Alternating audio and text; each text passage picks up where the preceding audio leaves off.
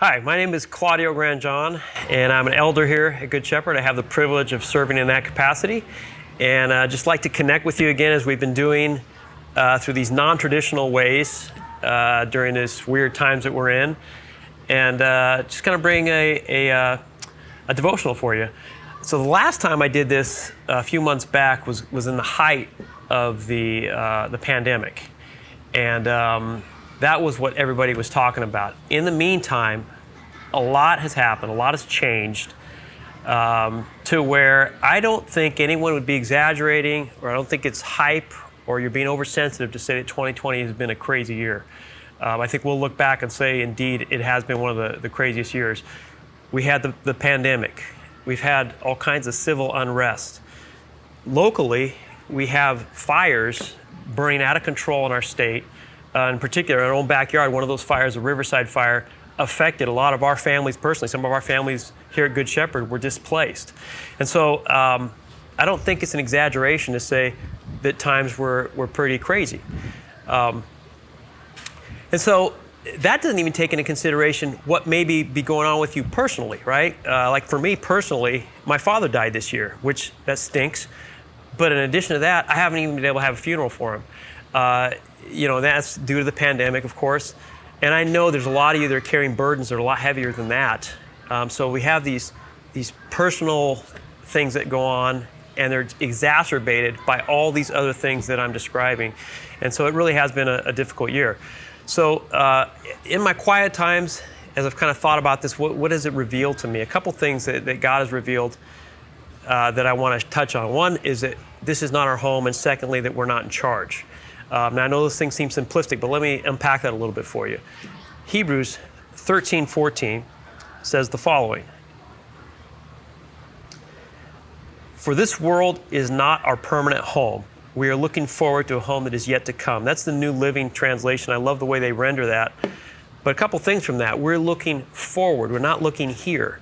What ends up happening to me, like just recently, Shelly had her mom and dad over from out of state. All of us got together, the entire family, all the kids, all the grandkids.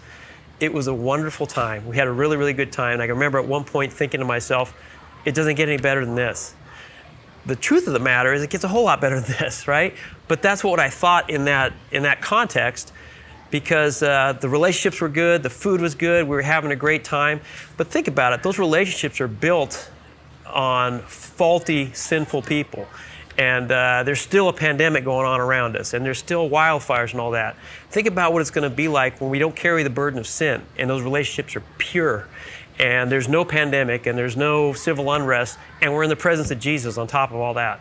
So this is not as good as it gets. It's a preview. I think Pastor Keels, in one of his previous messages a few weeks back, he was talking about how what we get here on earth is kind of like the movie preview you get. You know, when you go to a movie and you see a real good preview and it makes you think, I really want to see that feature. That's what this world is, and that's kind of a two-edged sword, because like for me personally, again, I can sometimes look at that and say this is as good as it gets, but you don't go to the preview and say I saw the movie. You say I want the full feature, right?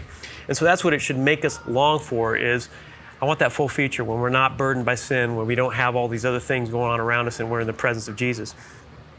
So the second thing that I brought up is we're not in charge. For me personally, where I live, not too far from the church, we got up to level 2. I just got the notification 30 minutes ago. We're at level 0. We're at level 1. We got downgraded, which is great news. But we got it to level 2. When that happened, my wife called me a little bit in a panic, because we're like, well, what do we start packing? We got to get ready to go.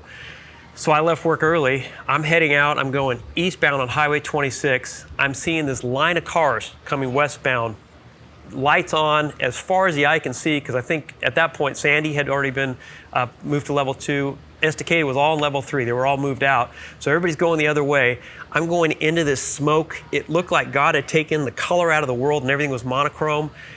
I'm going into this black sky. I've got the radio on because I want to be informed, and it's causing me to think things are really bad. They're out of control, and my first thought was there are not enough firefighters, because that was just one fire. That was just a Riverside fire that was causing all this problem for me personally.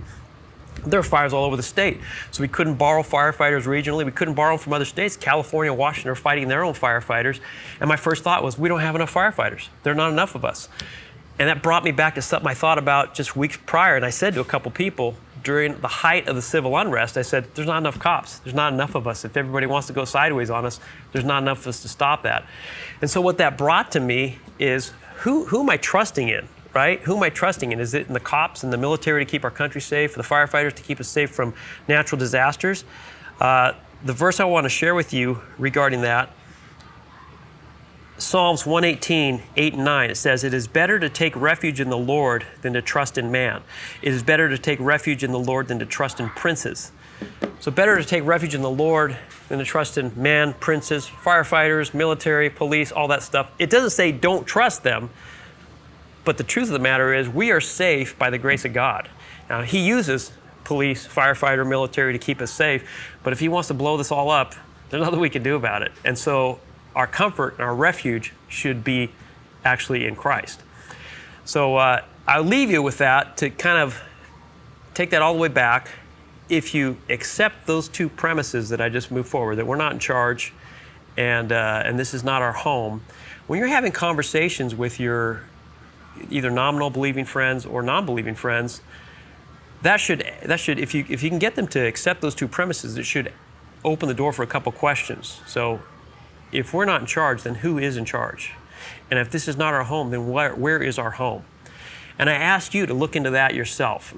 Reflect on that and research that. I know there's an easy answer to it. You can give me a one-word answer. But rather than do that, go into the Word and seek those answers out as if you don't know the answers. And I think you'll be surprised at what God reveals to you.